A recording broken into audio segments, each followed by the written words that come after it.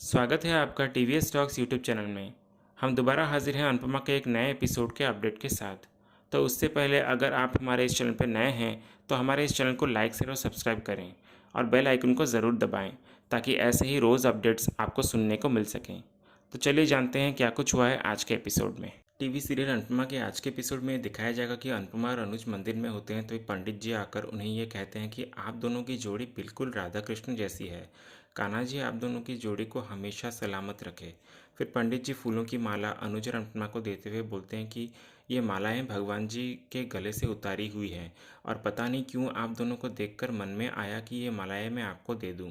ये मालाएं बहुत ही शुभ है और इससे आप दोनों का रिश्ता और भी गहरा हो जाएगा।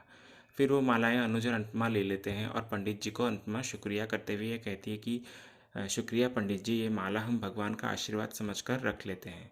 फिर अनुज ये बोलता है कि पंडित जी हम इस माला को प्रसाद समझकर एक दूसरे को पहना देते हैं। फिर पंडित जी ये कहते हैं कि कान्हा जी आपकी सारी इच्छाएं पूरी करें। अनुज फिर अनुपमा को ये बोलता है कि मैं ये सोच रहा हूँ कि हम ज़माने के सामने एक दूसरे को माला नहीं पहना सकते लेकिन हम भगवान जी के सामने तो पहना सकते हैं ना। उन्होंने ही तो भेजा है ये माला। अनुज फिर अनुपमा को माला पहना देता है और अनुपमा को बोलता है कि तुम भी पहनाओ मुझे। अनुपमा भी फिर अनुज को माला पहना देती है। फिर दोनों बहुत खुश नज़र आते हैं। फिर अगले सीन में दिखाया जाता है कि अंश चॉकलेट खा रहा होता है, तभी डिम्पी आकर उसे डांटते हुए ये बोलती है कि तुम फिर से चॉकलेट खा रहे हो। कितनी बार मना किया है मैंने कि इतनी चॉकलेट मत खाया करो वरना सारे दांत तुम्हारे सड़ जाएंगे। अंश फिर ये बोलता है कि यही बात आप मुझसे प्यार से भी बोल सकती हो ना। अगर प्यार से बोलोगे तो मैं चॉकलेट नहीं खाऊंगा। डिम्पी फिर ये बोलती है कि तुम्हारी ज़ुबान कुछ ज़्यादा ही लंबी हो रही है। कौन भड़का रहा है तुम्हें, दादी या आद्या? अंश फिर गुस्से से ये कहता है कि मेरी फूई और दादी को कुछ मत बोलो। डिम्पी फिर अंश पे हाथ उठाते हुए बोलती है कि ये क्या तरीका है बात करने का मुझसे। तुम्हें बच्चा समझकर कुछ बोलती नहीं हूँ इसका मतलब ये नहीं है कि तुम सर पे चढ़ जाओगे मेरे। बहुत हो गया तुम्हारा नाटक। आज तुम पूरे दिन कमरे में बंद रहोगे फिर तुम्हारी अकल ठिकाना नहीं आएगी। ये कहकर डिम्पी अंश को ज़बरदस्ती कमरे में बंद करने के लिए ले जा रही होती है। तभी वहाँ आध्या आकर अंश का हाथ पकड़कर उसे रोक लेती है। डिम्पी फिर ये बोलती है कि छोड़ो अंश का हाथ। आध्या भी फिर बोलती है कि आप भी छोड़ो अंश का हाथ। डिम्पी फिर ये बोलती है कि तुम मेरे और मेरे बेटे के बीच मत आओ, समझी। आध्या फिर ये बोलने लगती है कि आप अंश की माँ है इसका मतलब ये नहीं कि आप उसे टॉर्चर करेंगी। डिम्पी फिर ये बोलती है कि मैं अंश को टॉर्चर नहीं बल्कि उसे तमीज़ सिखा रही हूँ जो तुम्हारी माँ ने तुम्हें नहीं सिखाया है। आध्या फिर ये बोलती है कि मेरी माँ को कुछ मत बोलिए आप। डिम्पी फिर से ज़बरदस्ती अंश को ले जा रही होती है। तभी आध्या डिम्पी का हाथ छुड़ाकर अंश को अपने साथ भगा के ले जाती है। फिर डिम्पी उनके पीछे पीछे आने लगती है पर उन्हें पकड़ नहीं पाती और बोलती है कि भाग कर जाओगे कहाँ, वापस तो तुम्हें घर पर ही आना है, फिर देखना मैं तुम्हें छोड़ूंगी नहीं। ये बोलकर डिम्पी घर घर के अंदर चली जाती है। आद्या फिर अंश को ये बोलती है कि नेक्स्ट टाइम अगर तुम्हारी मम्मी तुम्हें डांटे ना तो कहीं छुप जाना या मेरे पास भागकर आ जाना। अंश फिर ये बोलता है कि पर इससे तो आपको भी डांट पड़ेगी ना। आद्या फिर ये बोलती है कि वो मैं संभाल लूँगी, तुम चिंता मत करो। अंश फिर खुशी से आद्या को गले लगाते हुए बोलता है कि आद्या फिर आप बहुत अच्छे हो। फिर दूसरे सीन में दिखाया जाता है कि मंदिर में अनुज अनु को घूर रहा होता है। अनुपमा फिर ये बोलती है कि क्या देख रहे हैं आप।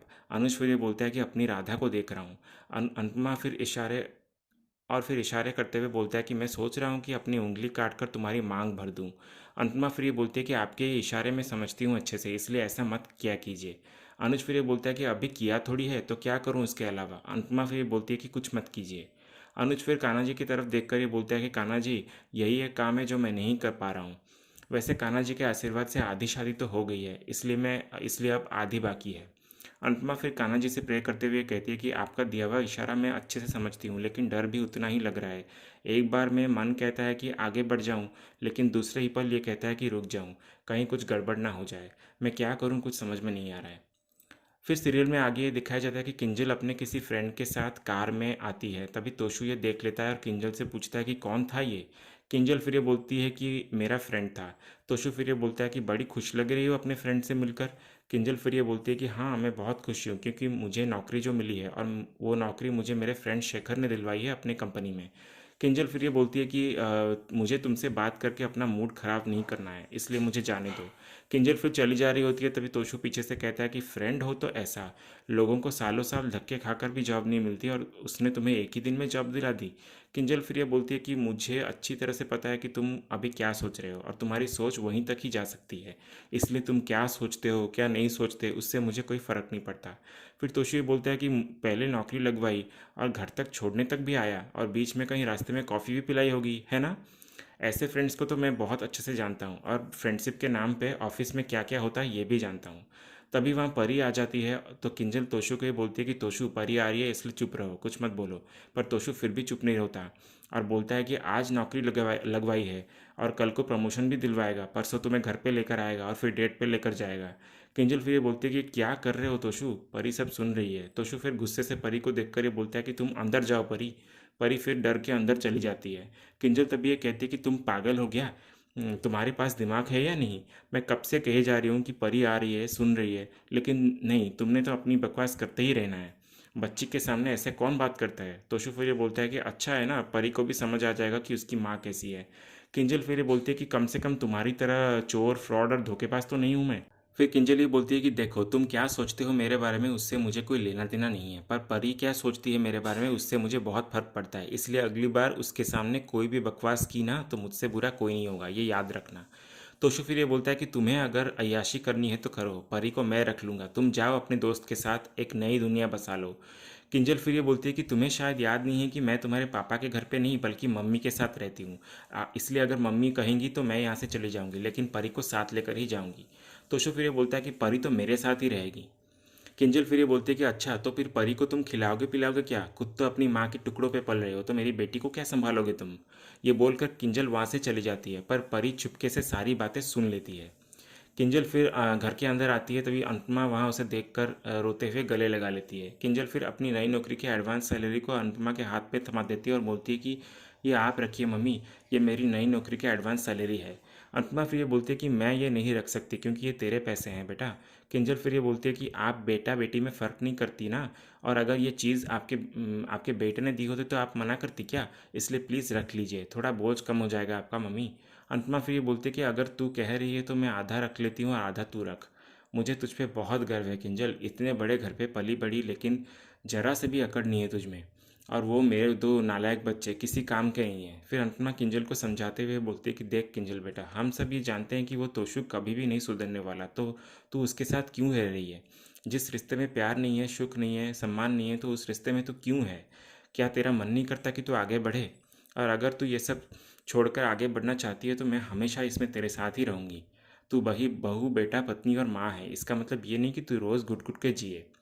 किंजल फिर ये बोलती है कि आप बिल्कुल सही बोल रही हो मम्मी, मेरे और तोशु के बीच अब कुछ बचा ही नहीं है, और मैं तोशु के साथ तोशु की वजह से नहीं हूँ, और मैं इस उम्मीद से भी नहीं हूँ कि वो एक दिन सुधर जाएगा, बल्कि मैं तो सिर्फ परी की वजह से उसे बर्दाश्त कर रही हूँ। मैं नहीं चाहती कि मेरी बेटी पेरेंट्स के डिवोर्स के ट्रॉमा से गुजरे, वो पहले से ही बहुत सेंसिटिव है मम्मी, और वो हमारे रोज़ के झगड़े को लेकर इतनी डरी हुई रहती है, तो ये सब कोर्ट केस और बच्चों की कस्टडी कभी हैंडल नहीं कर पाएगी।